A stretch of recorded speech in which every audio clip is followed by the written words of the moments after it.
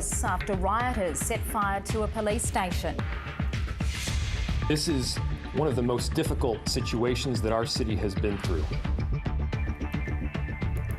And the unrest spreads beyond Minnesota. Demonstrations over the death of a black man in custody break out in several cities.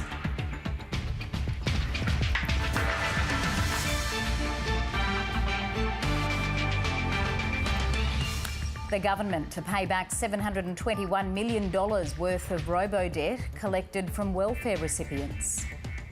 COAG is no more. The Prime Minister makes the National Cabinet permanent with a single goal to create jobs. And a zookeeper on the New South Wales South Coast fighting for life after being mauled by lions.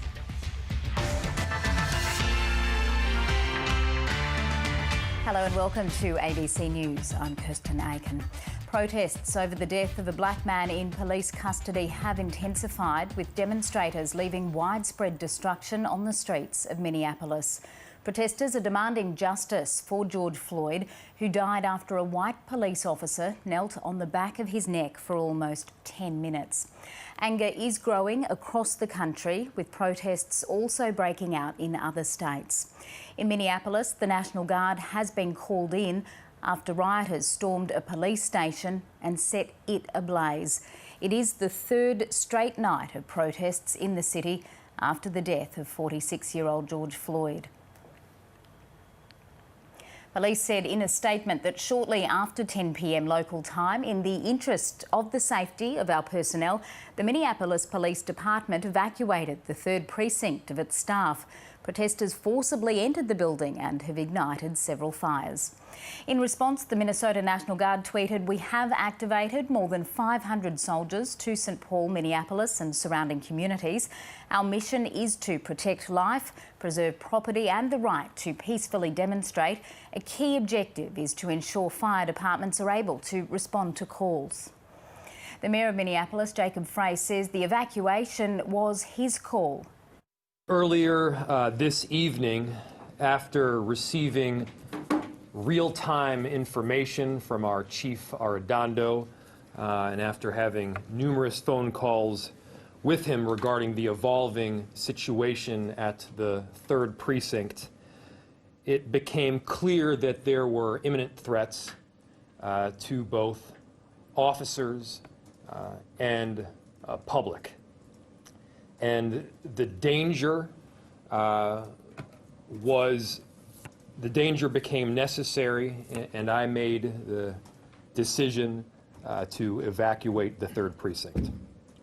The symbolism of a building cannot outweigh the importance of life, of our officers or the public. We could not risk serious injury to anyone. And we will continue to patrol the 3rd precinct entirely. We will continue to do our jobs in that area. And, you know, brick and mortar is not as important as life. US President Donald Trump has attacked the mayor over the handling of the riots. He says, "I can't stand back and watch this happen to a great American city, Minneapolis, a total lack of leadership. Either the very weak radical left Mayor Jacob Frey get his act together and bring the city under control, or I will send in the National Guard and get the job done right. These thugs are dishonouring the memory of George Floyd, and I won't let that happen." Just spoke to Governor Tim Walz and told him that the military is with him all the way. He goes on, "Any difficulty and we will assume control, but when the looting starts, the shooting starts." Thank you. That was Donald Trump's tweet. Now, protests have also broken out in major cities across the US. Denver media has been reporting that shots were fired near the Colorado state capitol earlier in the day as hundreds attended a march to pay tribute to George Floyd. The Colorado Governor Jared Polis has called for an end to the violence on social media. He writes, "Tonight is a very sad night for our state. While we are still uncovering all of the facts, a protest regarding the killing of George Floyd devolved into vandalism and violence, And I was absolutely shocked by video evidence of a motorist attempting to run over a protester. He continues, Coloradans are better than this. I share the immense anguish we all feel about the unjust murder of George Floyd, but let me be clear, senseless violence will never be healed by more violence. He also writes, these are extremely difficult times for our state, country and world. Now, more than ever, we need to lift each other up and do right by each other. I ask everyone to make their voice heard peacefully and to turn their anger into advocacy and action, never violence. Donald Betts is a former Kansas state senator and he joins me now. Good afternoon to you. These protests did begin with the death of George Floyd. Do you believe the demonstrations will end if there are charges against any of the officers involved in his detention? I believe that that is the remedy. I believe that that's what the people are calling for. They want charges. Kirsten, if you had an opportunity to see the video of Mr. Floyd just dying on camera, literally, after pleas from the to the officer to release his knee from Mr. Floyd's neck, he refused to do so. With hands in pocket and pressure on the knee, and to see Mr. Floyd's body go limp after he called for his mother is something that can resonate with all Americans, not just African Americans and people of color. But if you notice in those videos, everyone from different colors and backgrounds are out there protesting, because when they say no justice, no peace, they literally mean no justice, no peace. And right now in Minneapolis, there is no peace. Do you think that the people demonstrating, that their message could be heard without the violence that we're seeing on streets across the United States? Well, I mean, if you look at across America over the years, even from the Rodney King riots in 1992, you'll notice that these things continue to happen, and the frustration of the people is evident in these lootings and these burnings of buildings, because apparently authorities aren't listening. They cannot hear what's happening and see what's happening. So the people are acting out, and this is their way of showing we can no longer tolerate this, and we're willing to do whatever it takes by any means necessary to show governments that we're tired of this. We're tired of the endless killing of non-armed people of color, African Americans, and as you can see, it's happening all over the nation. People have lost sons and fathers and uncles and brothers to this senseless violence, and it's just gone out of hand. And we know that was going to happen. I know that was eventual.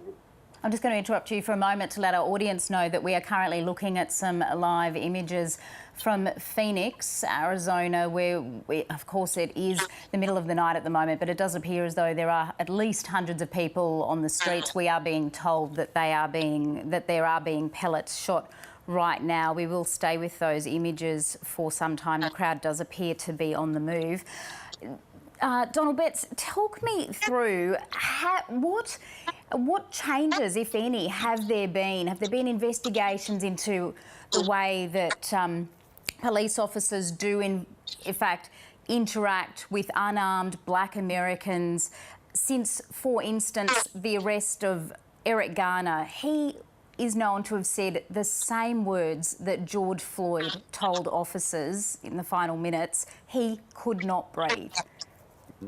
No, I don't see much happening. Yeah, well, there is some dialogue in some cities, but this is a national problem. It's become part of the institution of America. This is what's happening across different states, and that's why you see in Arizona individuals are protesting because the same things are happening there.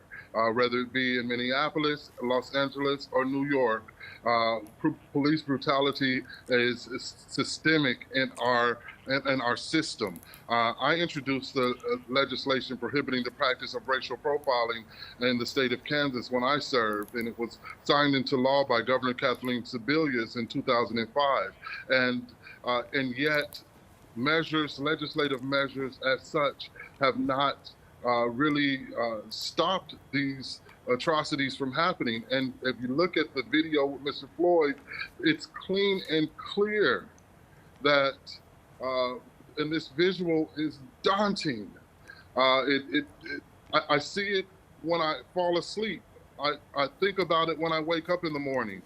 That could be me. That could have been a member of my family. That could be anyone of color who is screaming out and crying out to let the authorities know that this is happening. What are you going to do, legislators? What are you going to do, governments? This would not happen in Australia. Prime Minister Morrison would have acted on this immediately. Daniel Andrews would have not let a day go past without making sure that the investigation was covered so that people were satisfied that justice was being served. In America, it is not happening, and people are showing it through their frustration, their anguish, and their intolerance of a system that does not support them. It's devastating. I hate to see this happening to my country. I hate that officers, good officers, have to endure the bad apples in the bunch. It's a shame. Donald Betts, we do appreciate you speaking to us this afternoon and hope to speak to you in coming days. Thank you. Thank you very much. Now to some of the day's other news, and the federal government will refund $721 million worth of debts it raked in through its controversial ROBODEBT scheme. 470,000 debts will be repaid. Senior correspondent Philip Williams joins me now from Parliament House. Phil, this is a huge backdown from the government this afternoon. Yes, and guess what? It was announced just after the National Cabinet had met and there'd been a press conference by the Prime Minister. And a few moments later, this press conference is announced. It's called Putting Out the Rubbish. Now, I can't prove that the timing was aimed at trying to divert attention from this, but certainly it's something that the government will not be happy about. It's $720 million that's going back to people that were illegally, as it turns out, at least the government seems to be conceding this, charged through this ROBODEBT method. And at the same time, they're facing also a class action of about 12,000 people led by Gordon Legal. That's still potentially going ahead, but they basically put their hands up and said, OK, we're paying all this back. We think the system does not have a legal basis and we're paying it back. Here's what Stuart Robert had to say about it. The reason why it's taken since November, when I updated that we were refining the program and that we would be pausing all debts, is it's taken a while to identify all of the 373,000 Australians. We wanted to get that right. We wanted to also build out the platforms needed to do a large-scale refund, something that government has not generally done in the past. And so, Phil, what has the early reaction to the announcement been? Well, Labor's Bill Shorten has come out pretty sharply and said that the government should be ashamed of itself, that they've only acted in this way because of this legal action that they're facing on July the 20th, and that the whole robo scheme caused stress, broke up relationships, and he even hinted at much worse than that. Here's a bit of what he had to say. Labor spoke to a class action law firm, and a class action was launched earlier this year and late last year into the illegal ROBODEBT scheme, because I believe that the government for the last 4.5 years has been holding people's money illegally. It has been charging people penalty fees, and the whole basis for the government to take money off vulnerable Centrelink recipients was illegal. Now, Phil, just a short time before the ROBODEBT refund announcement came through, the Prime Minister, Scott Morrison, of course, did hop up after National Cabinet, and he announced that COAG will be no more. He is replacing that with National Cabinet. The big question is, what will the difference be between the two? Yes, COAG is dead. Long live the National Cabinet, apparently. And the difference, the essential difference, is that it's a streamlined means of getting the states and territories to talk not only to the federal government, but also to each other, and that you, in effect, you dispense with a lot of the councils and a lot of the pre-talk beforehand. What the Prime Minister and clearly the Premiers like about this is that it's direct. It's a very direct conversation between the leaders. in the room, and it appears now it will become the permanent fixture on the political scene. Here's what the Prime Minister said.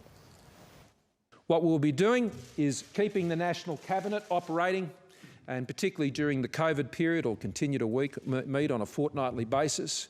In a normal year, it would meet on a monthly basis. Wouldn't meet in person. One of the things we've learned over meeting so regularly is we can work quite effectively together as we get together using the telepresident's facilities, which means that premiers, particularly from those in the more remote states, have been able to access that engagement on a far more regular basis, and it's worked incredibly well. Well, for those of you who love the biannual COAG Barneys, I'm afraid they're going to be a thing of the past. OK, Phil Williams in Canberra, thank you. The Bushfire Royal Commission has been suspended at the last minute today after additional material was provided. Just ahead of the start of today's hearings, a media release confirmed proceedings had been suspended while the new information is being considered. The Royal Commission is expected to continue on Tuesday. Australian mining giant Fortescue Metals Group has been unsuccessful in its bid to appeal against a native title determination over one of its WA iron ore mines. Indigenous Affairs reporter Isabella Higgins has more. The Australian mining giant had lodged an application for special leave, and today the High Court knocked that back. So if that had been able to go through, it means that FMG would have been able to mount an appeal against a native title determination, but that wasn't the case. It was knocked back, which means this is essentially the end of the road for FMG in their appeals process of this native title determination. So this all kind of comes back to a 2017 determination for the Untitled people that they had exclusive native rights over a parcel of land that also included Fortescue Metals' Solomon Mine Hub. This is a very profitable mine, and the Untitled people had been in conversations for a long time with FMG trying to negotiate a royalties agreement. And when this native title determination was made, it was thought that now the miner would have to finalise a land use agreement with the native title holders, because now they had legal rights to occupy and control who access this land. So it's been going on for some time.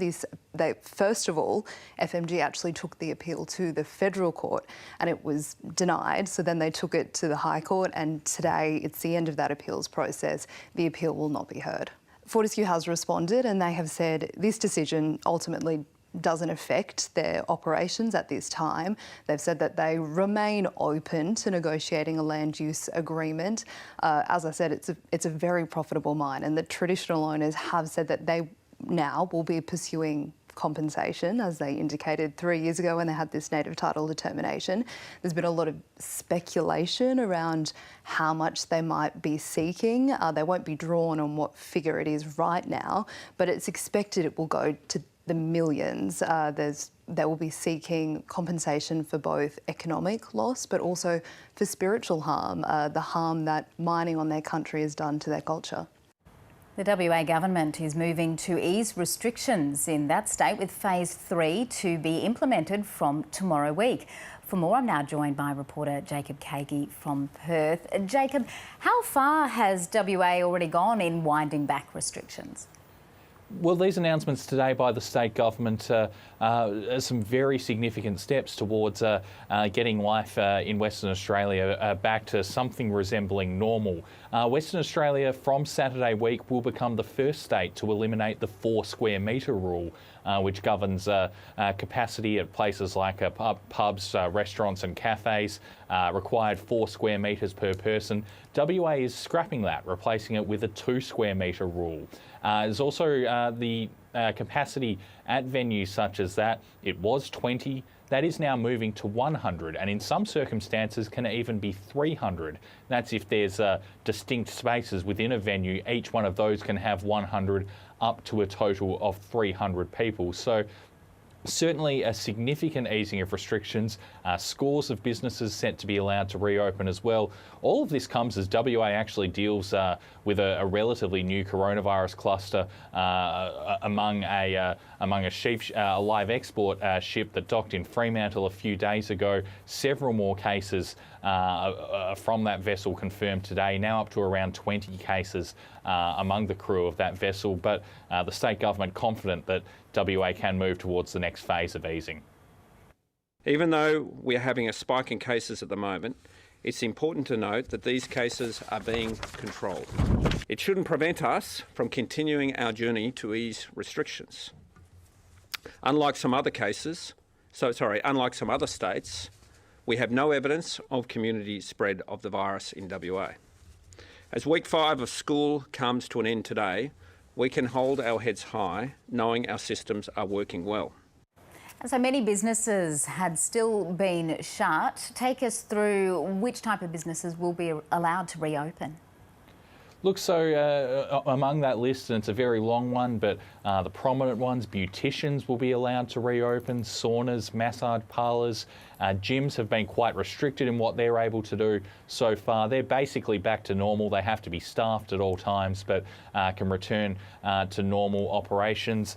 Things like galleries, theatres, cinemas, they're allowed to reopen with a maximum of 100 people in each section and 300 people across the total venue. The zoo will be allowed to reopen, and even Rottnest Island, the popular holiday spot just off the Perth coast, which has been used as a quarantine site during COVID-19, even that will be reopening to tourists in about a week's time. A few things still remaining closed, though, most prominently, of course, Western Australia's interstate border. The state government says that will still remain closed for some time to come. Jacob Kagi is in Perth.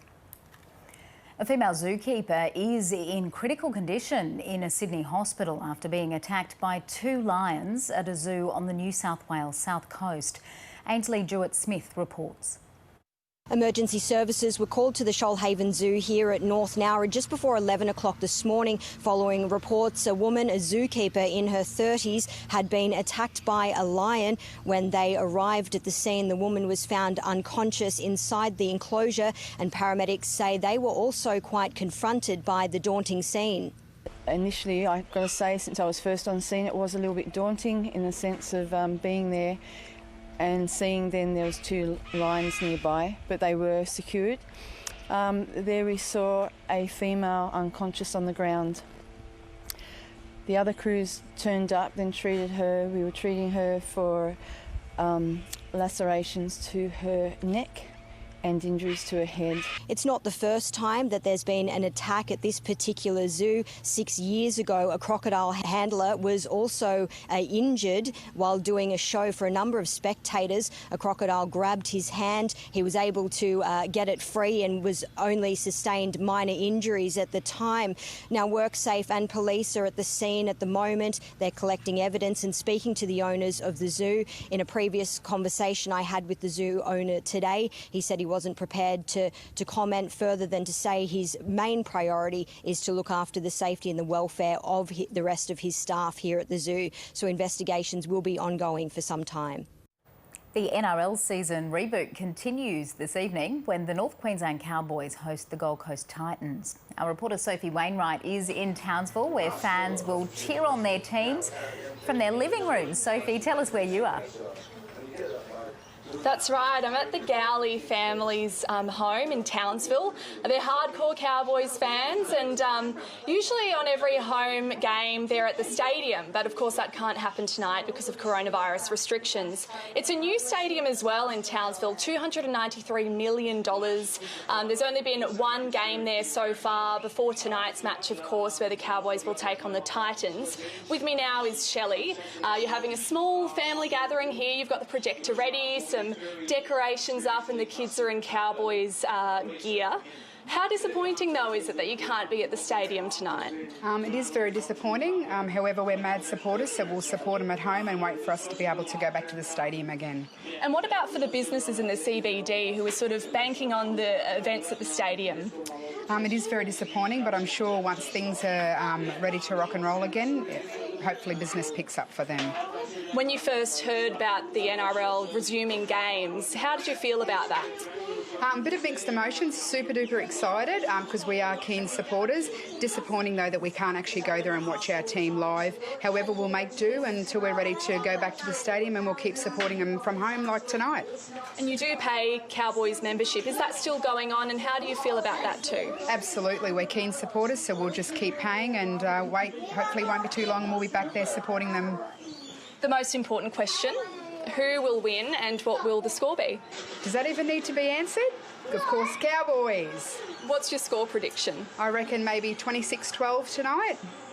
Let's see. Yeah, it's a different time for all of us in so many different ways, including for the rugby league. I mean, the Titans players are flying in and out. All the players are getting their temperatures checked, and there's even fake crowd noises being played. So very different time, but having the games resume, especially in Cowboys country, is bringing some sort of sense of normality, especially for footy fans like Shelley. Absolutely. Now I'm loving that big screen in the back. No one's going to miss a thing. Sophie Wainwright in Townsville. Thank you.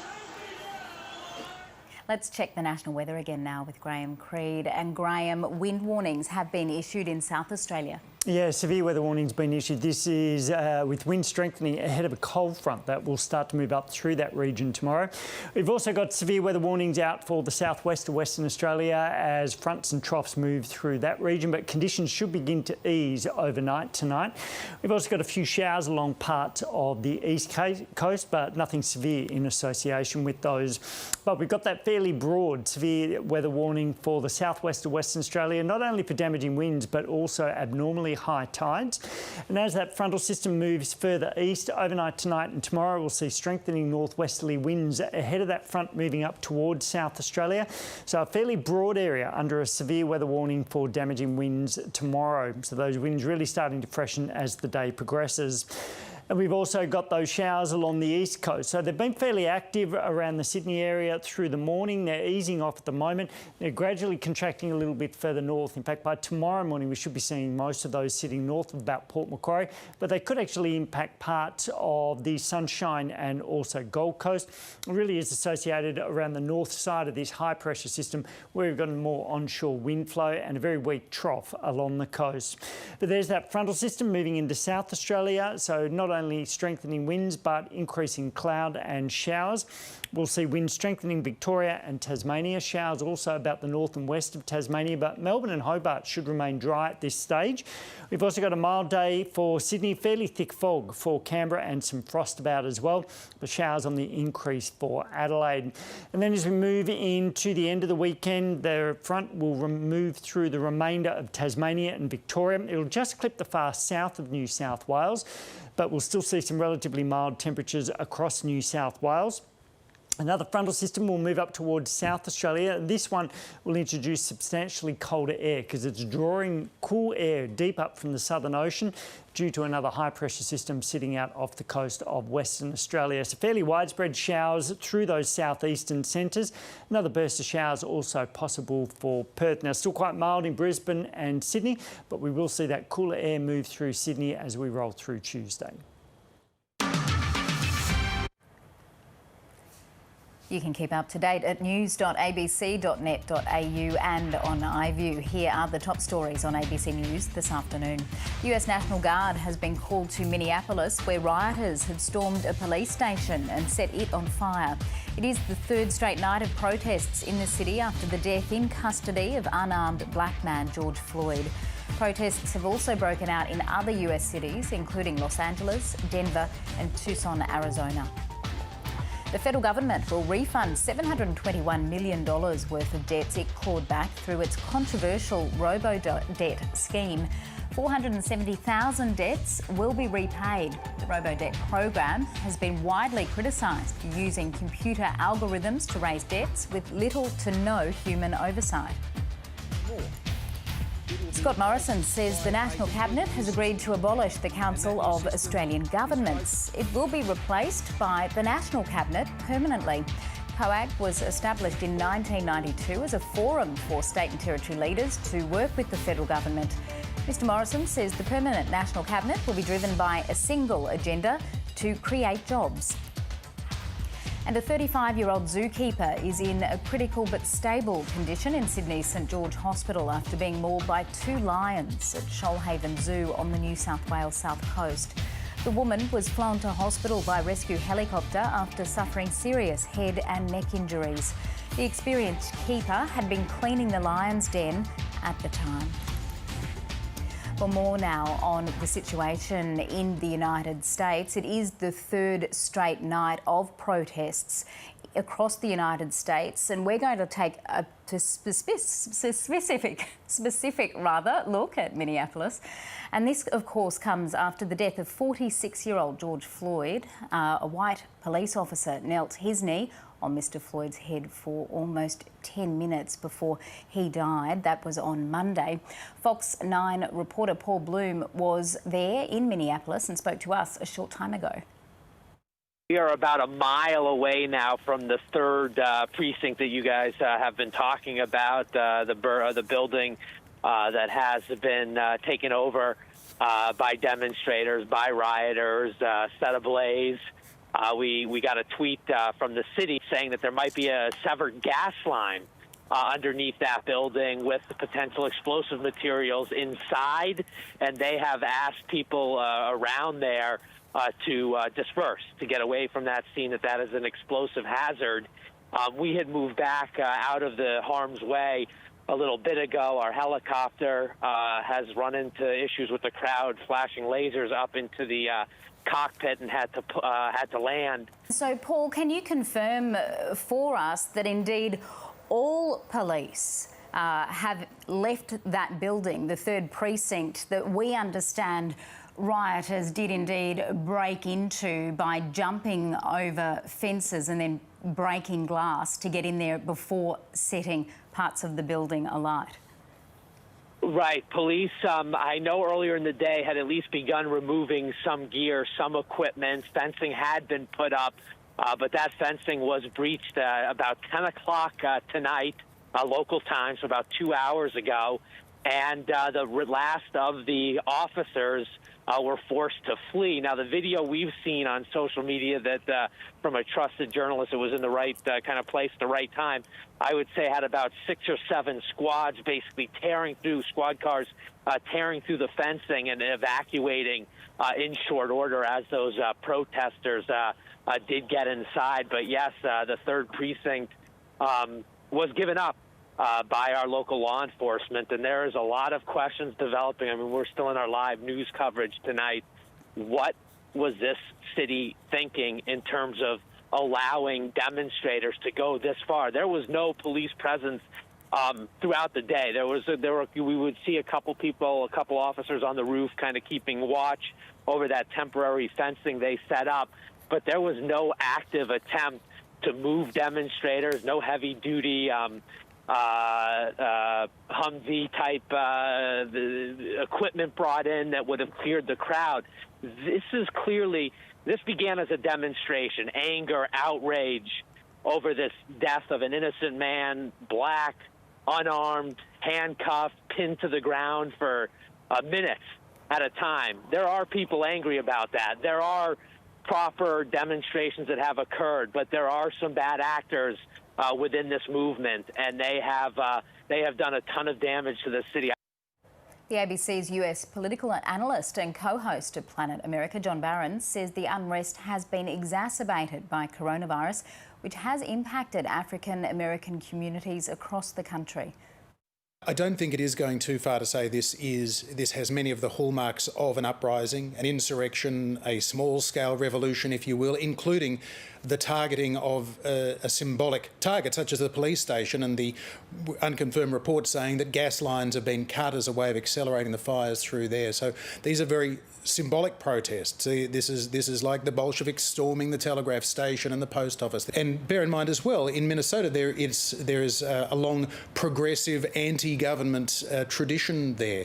Left-wing Democratic politicians like Hubert Humphrey came from there. There's a lot of left-wing Antifa types that are in Minnesota politics.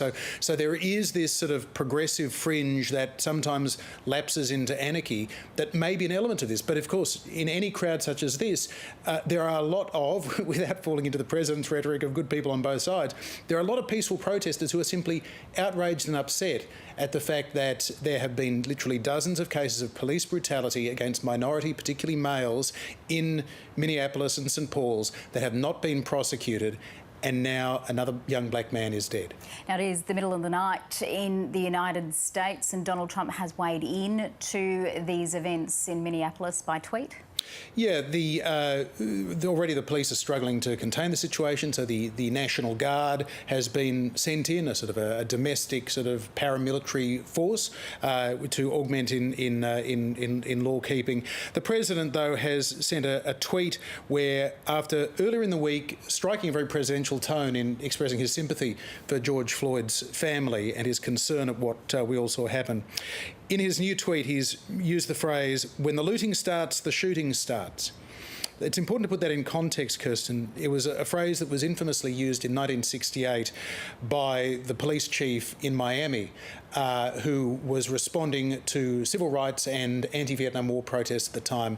And the warning was, we will use lethal force to bring the looting to an end. So when he's saying, when the looting starts, the shooting starts, you loot, we shoot. Not that looting leads to lawlessness where the looters start shooting. So let's be very clear. This is threatening the looters, saying you are going to be shot by the National Guard, which is currently, as we go to air, huddling, deciding how 500 of their personnel are going to try and contain the situation rather than inflame it even further. Given that it has clearly escalated, this is now the third night of these riots, things are getting worse, not better. So how do you pull back from that? Well, some would argue maybe you arrest the 4 police officers who were involved in George Floyd's killing. They have been sacked, they're not being paid, but they're also free men. So that may be what happens next. We'll see. And in an update on Donald Trump's tweet, Twitter has now flagged that the tweet that ends with "when the looting starts, the shooting starts" is violating its rules. The company says it's glorifying violence. That's the first time Twitter has taken a step like this. Earlier in the week, Twitter added a link to 2 of Trump's tweets encouraging users to get the facts, prompting the US president to issue a vague executive order concerning social media companies. In some of the day's other news now, New South Wales clubs could be welcoming crowds of more than 500 people in certain venues from Monday under new rules negotiated between the industry and government. Steve Kinane from ABC Investigations has more. That figure 500, we didn't really know before we got access to this document, which was a memo sent from Clubs New South Wales, which is the peak industry organisation in New South Wales for registered clubs, and they sent them out to their over 1,000 member clubs. And in that document, it said that you could have over 500, and what they mean by that is that you can split 50 into each dining area in a very large club. So that would be the extreme end of things, but certainly it's much ahead of the other states. And also poker machine rooms in New South Wales will be open from Monday. Now, bear in mind that Scott Morrison on May the 8th said that the gaming rooms that would be considered whether they would be open or not in Step 3. Now, Step 3 is meant to be in July. This is the first day of June that New South Wales is proposing to open poker machines. So ahead of what the Prime Minister has said, but also ahead of South Australia, Victoria, Queensland, states with lower infection rates. New South Wales, for whatever reasons, thinks that they can handle this and that there's economic and health considerations behind this decision-making, and they feel like they can do it. Well, they would have been shut down now for a couple of months or so. Presumably, clubs in New South Wales have lost a lot of money through the COVID-19 shutdown. Definitely. A lot of people have been put on JobKeeper. A lot of people have been stood down. The clubs themselves, a lot of them have been losing money. They make a lot of money from poker machines. And as far as estimates go, we do know that in the first 5 weeks of the lockdown, that probably about $1 billion was saved in pubs and clubs across the country in as far as poker machine losses. So that gives you a sense of the scale of how much money goes through poker machines in Australia across a period of just 5 weeks.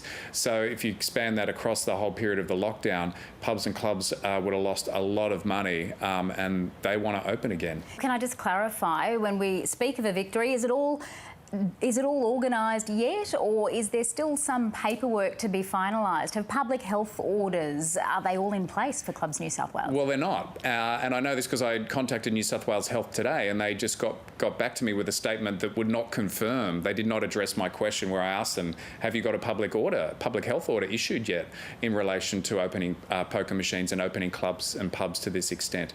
And that does not appear to have been negotiated yet. Certainly there'd be work going on behind the scenes, because the Chief Health Officer would have to agree to any public health order. So who knows what's going on behind the scenes. I suspect that may happen as late as Sunday. But in the meantime, draft guidelines have gone out to pubs and clubs, so they have a bit of a form guide of what they need to do, but there's no final guidelines have been issued as of yet. So no guidelines, no public health order, and we're only a couple of days away from this reopening.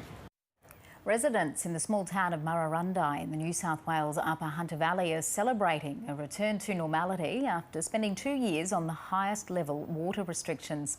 Cecilia Connell reports. It's a momentous day for the community of Murrurundi. The taps are being turned on to a long-awaited and highly significant piece of water infrastructure. The pipeline will transfer water from Glenbourne Dam up 56 kilometres via 3 pump stations to Murrurundi. No mean feat, considering it has to travel over an incline of 330 metres to get here.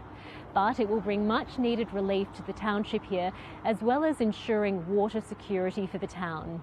Residents have been on the highest level water restrictions for the last 2 years, meaning that they've had to contend with 3-minute showers and 2 loads of laundry a week. It also extends beyond the domestic sphere into local businesses that are heavily reliant on water, such as pubs and cafes, that have had to adapt their operations with water being trucked into the town since the start of 2019. As well as boosting local business, the turn-on of this pipeline is also lifting the spirits of local school children. They're already making plans for the summer holidays 6 months away, with trips to go fishing and to jump in the local river, which many of them have never been in, which is such an iconic part of life in Murrurundi and really a rite of passage.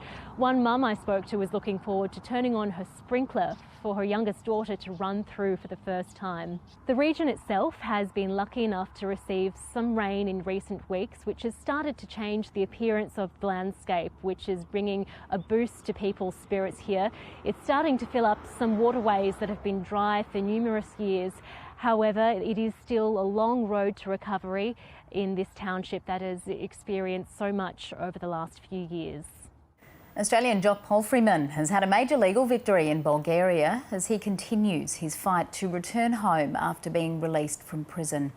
Mr PALFREEMAN was released in September on early parole after serving 11 years for the stabbing murder of a student, which he insists was in self-defence.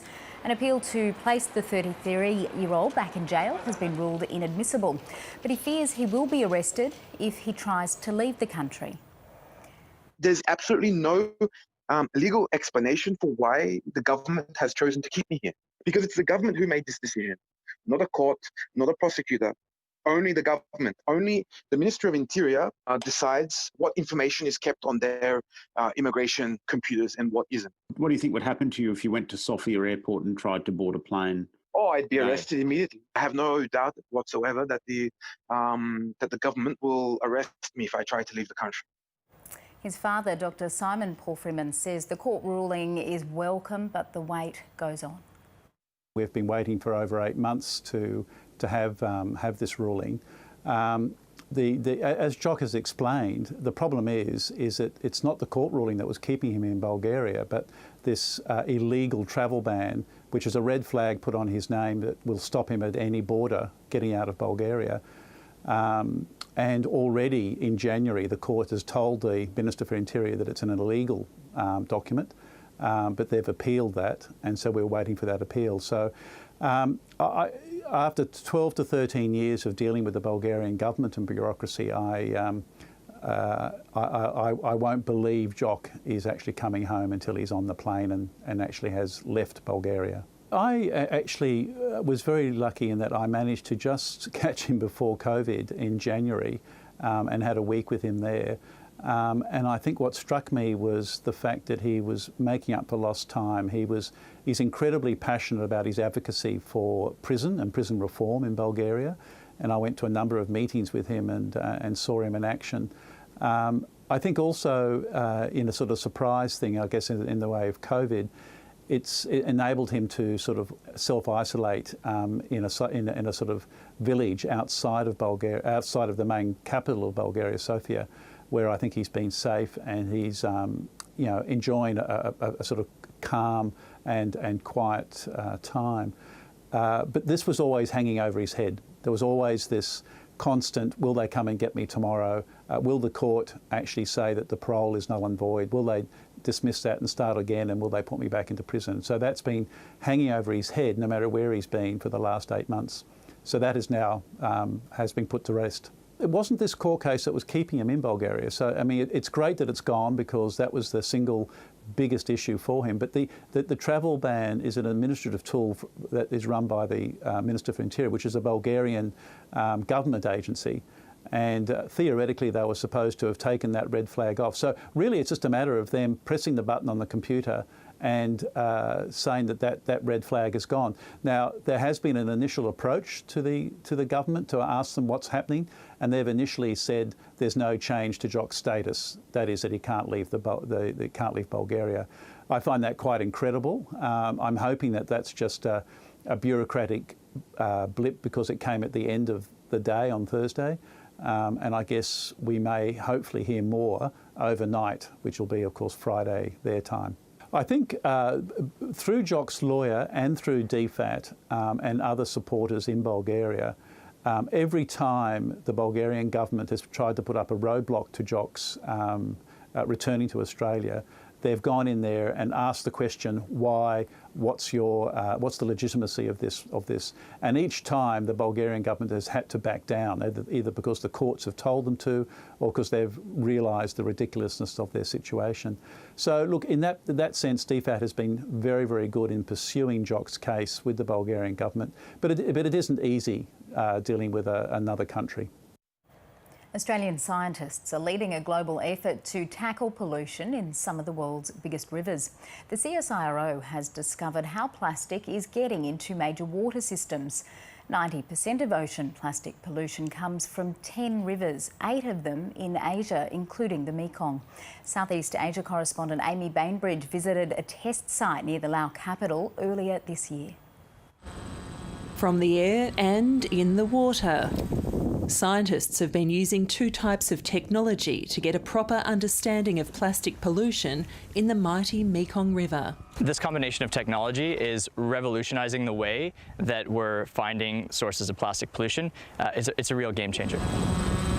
It's been estimated that just a few of the major rivers in the world are responsible for most of the plastic that ends up going from rivers out to the sea. But we don't have good on-ground data to really know that for sure. The drones have been taking thousands of images that are fed into a huge database to map so-called hotspots where large concentrations of plastic debris are leaking into the river. And a machine called the Albatross is detecting what the drones can't: microplastics. Plastic pollution is a very big risk for the animal and human health, and especially for microplastic problem. Microplastic is a very small plastic debris, and we can easy to eat through fish. Retiree Nang lives near one of the plastic hotspots near Vientiane. She says part of the problem is local garbage services aren't adequate. Yes, there's plastic blown by the wind into the river. It's not that we throw it in. It's scary because it doesn't decompose. It becomes garbage in the river and creates chemicals. Preliminary results show plastic bottles and bags are the major sources of pollution in Laos. Municipal dump sites are too close to the river, and microplastics from food packaging are abundant. The Mekong River ranks among the top 10 rivers in the world that have the most plastic pollution. After this project comes a fresh challenge: how to find a solution. We're here to work with those governments from those different countries to solve a problem that is an issue for hundreds of millions of people. Well, there's no single silver bullet, but by having information from many different cities and countries and regions around the world, we're able to identify those solutions that are likely to be effective in those areas, and then we can look at scaling those up. Locals hope a solution can be found soon, before the Mekong suffers even more. Amy Bainbridge, ABC News, Vientiane. Historian and Whitlam biographer Jenny Hocking has won her High Court bid to get access to the letters between the Governor-General Sir John Kerr and the Queen around the time of the dismissal of the Whitlam government. Professor Hocking is hoping the letters will shed light on what the Queen knew about the dismissal. Elizabeth Byrne reports. There are 211 letters between Sir John Kerr and the Queen between 1974 and 1977. Under normal circumstances, they should have been made available in about 2008, 30 years after they were lodged. But the National Archives said they are private papers, not to be released, and refused Jenny Hocking's request for access.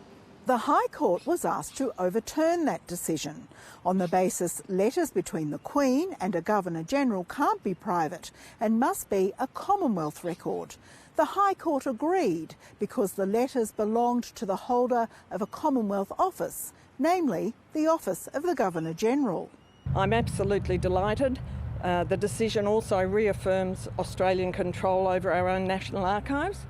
Without this decision, we were in the most extraordinary situation where pivotal documents, pivotal historical documents, were kept in our own archives and embargoed by the Queen. Jenny Hocking says she'll get to Canberra as soon as travel restrictions allow, now that her application has been found valid by the High Court. A Chinese sniffer dog in Tasmania's northwest has dug up a giant truffle. It is a record for the farm at Deloraine, almost double the size of a normal one. Jessica Moran reports. She may still be in training, but young Poppy is breaking new ground. She's sniffed out the biggest truffle this Deloraine farm has ever seen. This truffle just kept going and I just got more and more excited, and it just got deeper and deeper, and then lo and behold, our biggest one, so very exciting. This is the final product. Weighing in at 910 grams, it's worth around $1,500. Anywhere near that 500 gram mark's a massive truffle, so to go nearly double that was just like ultra exciting. The Terry family have been growing black truffles for the past 20 years and say there's still no way to predict how big a truffle will be when harvesting. So with the soils here, we just try and keep them really loose and free draining, so by having them nice and powdery so that the truffles can grow and expand and get nice and big. So that's really what we're after. Despite the size of the truffle, Anna says the flavour will be the same as a smaller truffle, unlike some oversized vegetables which can often have less flavour. The truffle has since been cut up for consumption at the family dinner table, as exporting it whole wouldn't have been possible. Local chefs say while the appetite for truffles is generally growing, demand has slowed during the pandemic. Because all the top-end restaurants in Tasmania and then nationally and then internationally won't be taking half as many truffles because they just don't have the capacity or the seating capacity to fill it. So what they do with them this year is going to be interesting. Goods that are highly perishable, we wanted to keep to a minimum. We were in a position where we were in lockdown and we were trying to save costs wherever possible and make sure that we were very, very careful with the money that we were spending. Anna says any remaining produce this year will be used in products like oil and honey, keeping Poppy in a job for years to come. It's great to come out and work with your best mate all day. It's pretty special. Jessica Moran, ABC News. Time to check the national weather now with Graham Creed. We've got a high-pressure system, the dominant feature for much of the continent. Now, underneath it, we've got clear, dry and sunny conditions. But we have got some showers along parts of the east coast. That includes areas of Sydney and Brisbane. This is due to a moist onshore wind flow. But we've also got a fairly significant cold front moving through the southwest of Western Australia. Now, severe weather warning is still in place across the region. This is for the potential of damaging winds and also the possibility of abnormally high tides right across that southwest region. Also for South Australia, as that that frontal system approaches during Saturday and that high sits to the east, we've got strengthening northwesterly winds ahead of the front itself. So there is a severe weather warning out for the potential of damaging winds. Now, these showers along the New South Wales and parts of the Queensland region have been producing some localised falls to around about 10 to 20 millimetres, most though less than 10 millimetres. We have got a band of showery conditions moving through parts of Brisbane at the moment. Now, we are going to see those showers persist about parts of the north coast of New South Wales into the southeast corner of Queensland, probably contracting more towards the coast, so the Sunshine and Gold Coast rather than Brisbane. They'll clear from Sydney though, but under the high, fairly widespread fog possible. We'll see strengthening winds, another mild day on the way through Victoria and Tasmania, above average maximum temperatures once again forecast. But once that front moves through, we will see some cooler air developing in South Australia, strong and gusty winds developing through the day with some showers and isolated thunderstorms. Clearer conditions though through the southwest. We still got a little bit of patchy rain up around parts of the Kimberley, so Broome could see a little bit of that activity.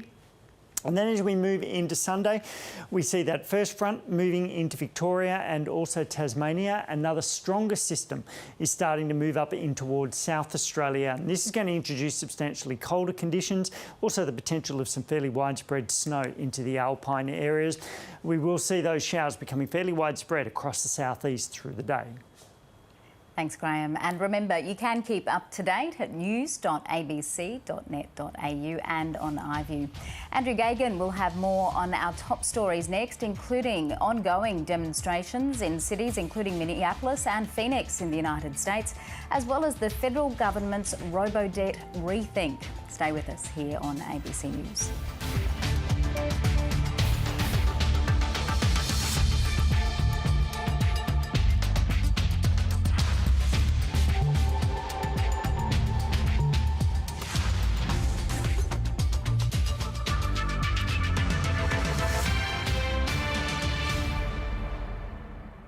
Tonight, Costa and Clarence celebrate reconciliation. It's about your mob, my mob. It's about all of us together. Meet a young artist who captures the colours of Australia. I'm really just letting the sun and water and plants do the work. Discover a tree with its own festival. It's our family, it's our heart, it's our spirit. And an Indigenous nursery growing more than just plants. They're learning without actually knowing that they're actually learning. Walking Together, Gardening Australia special. Tonight on ABC and iView.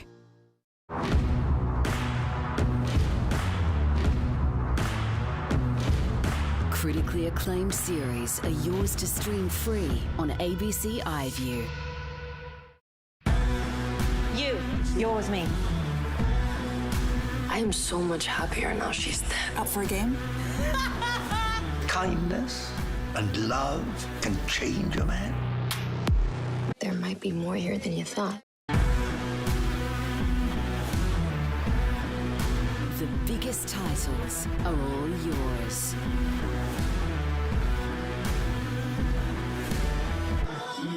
ABC iView, yours to stream. Tuesday, the epic series continues. He's trying to regain respect and relevance for Russia. With the architects of change since '89, Road to Now, Tuesday 9:30 on ABC and iView. North Korea is like Game of Thrones, but without the dragons. Cash for Kim. How much money does North Korea make? Where does the money go? The secrets of Bureau 39. North Korea isn't what it tells it is. Much of the activities conducted in these embassies may be prohibited. This is about hundreds of millions of dollars a year. And who constructed it? The North Korean asset. And who's behind it? Take it away, everything collapses. Four Corners, Monday, ABC and iView. This Sunday at 8:30, brilliant new Australian drama. I thought you built towers. Yes, from which they drop atom bombs. A fine blend of political satire, spy thriller and murder mystery. I think it's a woman's ring. From the creator of Rake. We both know there are people out here. Starring Jessica DeGao. You have or have had a spy here. James Cromwell and Ewan Leslie. Who are you and what are you doing here? Don't miss Operation Buffalo. Nuclear is our future. Starts Sunday 8:30 on ABC and iView. Is he